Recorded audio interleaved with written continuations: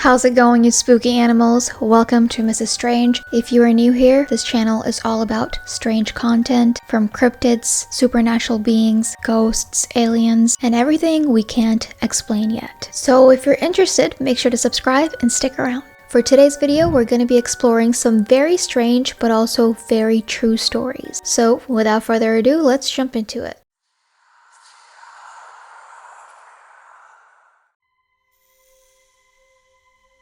Some mysteries leave more questions than answers.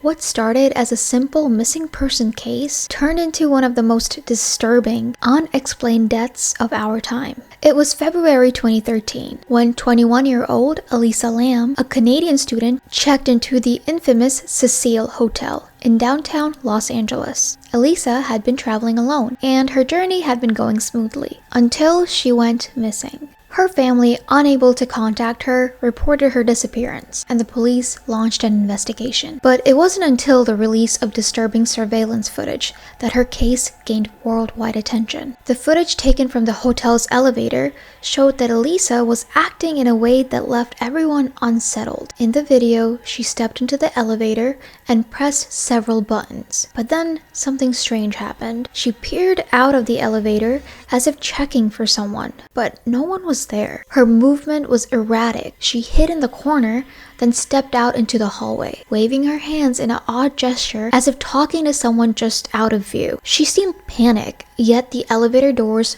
never closed. For days, nobody knew what happened to Elisa, until guests at the hotel started complaining about low water pressure and an unusual taste in the water. That's when maintenance workers made a gruesome discovery. Elisa's body was found floating in one of the water tanks on the roof of the hotel. The police ruled her death as accidental, suggesting she had somehow gotten into the tank on her own, but the details didn't add up. For one, the water tank had a heavy lid that was difficult to open from the inside. How had Elisa accessed the roof in the first place? It was locked and only accessible to hotel staff. And then there was that eerie behavior of the footage in the elevator. Was she being followed, or was she suffering from a mental health episode? Theories began to swirl. Some said it was foul play, that she was being chased by someone or something that wasn't visible on camera. Others believed that she was experiencing a psychotic break. She had been diagnosed with bipolar disorder after all. And then there were those who pointed to the hotel's dark history, as the Cecil Hotel had been a site of multiple murders, suicides, and even home to a serial killer, Richard Ramirez. No one could explain how Elisa ended up in the water tank, and to this day, her death remains shrouded in mystery. There are some mysteries that defy explanation, stories that chill you because the truth is unknown, and the Dyatlov Pass incident is one of the strangest of all. In 1959, 9 experienced hikers set out on the expedition through the Ural Mountains in Russia. They were all young, fit, and well prepared for the harsh conditions, but something went terribly wrong. When the group failed to return, search teams were sent out. What they found was shocking. The hikers' tents had been slashed open from the inside. Their bodies were scattered across the mountainside, some barefoot and just dressed in their underwear, despite the freezing temperatures. At first, it looked like they had fled in panic, but then the autopsies revealed something far more stranger. Some of the hikers had experienced severe injuries, fractured skulls, broken ribs, injuries so powerful they were compared to the force of a car crash, yet there were no external wounds. Even more bizarre, one of the women was missing her tongue, eyes, and parts of her face. And to this day, no one knows what caused the hikers to flee their tents in the middle of the night or how they suffered such brutal, unexplainable injuries. Theories have ranged from avalanches to secret military experiment to something more supernatural, but the truth remains elusive. The Dyatlov Pass incident continues to baffle and haunt investigators more than 60 years later. We may never know what really happened that night.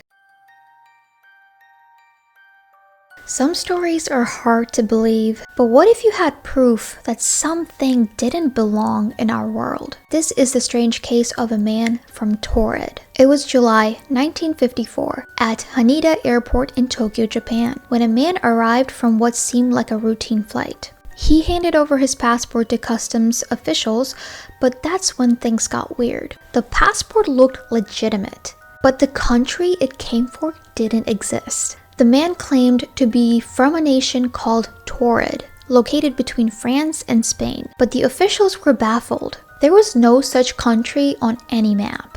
They questioned the man, who insisted that Taured was a real place. He even produced currency from several different countries, all valid. He had stamps in his passport from places he traveled to, including Japan, and the stamps were real. Confused, the authorities detained him overnight in a hotel room, guarded by officers. They planned to investigate further the next day. By morning, the man was gone, vanished without a trace. There was no sign of escape, no clues left behind. His documents, passports, driver license, everything disappeared. To this day, no one knows who the man from Taured was, or if he even existed at all. Folklore is full of strange and wondrous tales. But what happens when a story passes from myth to reality? This is the case of the Green Children of Woolpit. In the 12th century, in the small English village of Woolpit, two children, a brother and a sister, were discovered near a pit used to trap wolves. What was immediately strange about them was their skin. It had a greenish tint. The children spoke a language no one had ever heard, and they refused to eat anything except raw beans. Over time, their strange behavior and green skin made the villagers wary, but they were taken in by a local nobleman. As they learned English, the children explained that they came from a place called St. Martin's Land, a world underground where everyone was green, but they said they had been herding their father's cattle when they wandered into a cave and ended up in Woolpit. Eventually, the girl adapted to the village life and lost her green hue, but the boy fell ill and died. The girl went on to live a normal life, but the mystery of where they came from has never been solved. Some people believe that the children were suffering from a medical condition that caused their skin to appear green. Others think that they came from another dimension, or were they victims of a time slip? But to this day, nobody knows for sure. Imagine waking up one day and the entire town is dancing without stopping. Not for fun, not for joy, but because they can't control themselves. This is a true story of the dancing plague in 1518. This one really gives me chills. It was July 1518 in Strasbourg, a town in what is now France. Out of nowhere, a woman named Frau Trophea walked into the street and began to dance. There was no music, no celebration, just her moving in a frenzy, her feet unable to stop. She danced for hours, and when she finally collapsed from exhaustion, she woke up and started dancing again. Soon, others joined her. Within a week, over 30 people were dancing uncontrollably in the streets. By the end of the month, the number had swelled to around 400. Men, women, and even children were caught up in this strange, involuntary dance, their bodies twisting and convulsing as if possessed by some unseen force. Local authorities were baffled. They tried everything from music to remedies, even hiring musicians to help dance the sickness out, but it only seemed to make things worse. People danced until they collapsed from sheer exhaustion, and tragically, some even died from heart attacks or strokes. For months, the people of Strasbourg danced without explanation. Theories at the time ranged from demonic possession to divine punishment. Today, some believe it was caused by a mass hysteria, perhaps a toxin like ergot, a hallucinogenic fungus found in rye bread. But no one knows for sure what triggered this bizarre outbreak or why it affected so many people. And just as suddenly as it started, the dancing stopped. The plague disappeared as mysteriously as it had arrived, leaving behind one of the strangest and most unsettling events in history. If you made it this far in the video, I would like to thank you. Comment down below, keep on dancing, so I know that you watched it all the way to the end. Make sure to share this video and subscribe. I would love for you to be part of our spooky family. I will see you guys in my next video. Bye-bye.